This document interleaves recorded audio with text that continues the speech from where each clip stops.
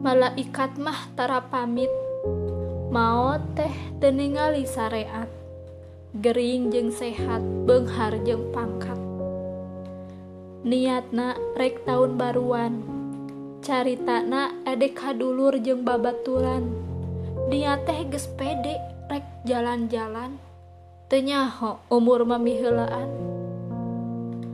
Padahal keur jag-jag waringkas, awak urang teh keur meujeuhna bedas.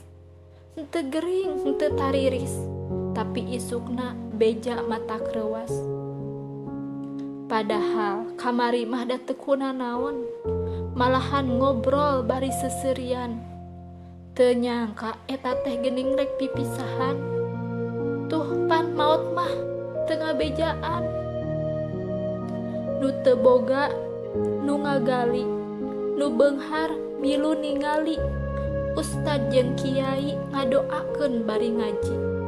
Dulur-dulur anu jauh, tatangga mah geus puguh. Budak jeung sepuh sadayana teh pasti milu ripuh. Matak cing akur jeung duduluran, ka tatangga sing aya kaakuran. Ulah loba maseaan, bisi embung candak pasaran. Tos maot ditahlilan, tatangga milu riungan. Ti ngubur nepi ka diberesna eta tahlilan ku tatangga jeung ajengan. Matak omat kudu akur, kadulur jeung batur.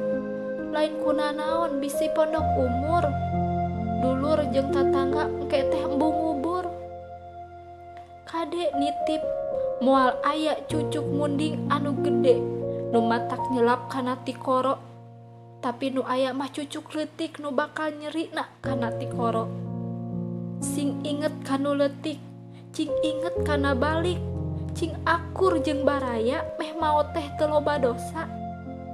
Cunduk kana waktuna, ninggang kana mangsana, lain rupa jeung hartana nu bakal ditanya tapi amal perbuatanana.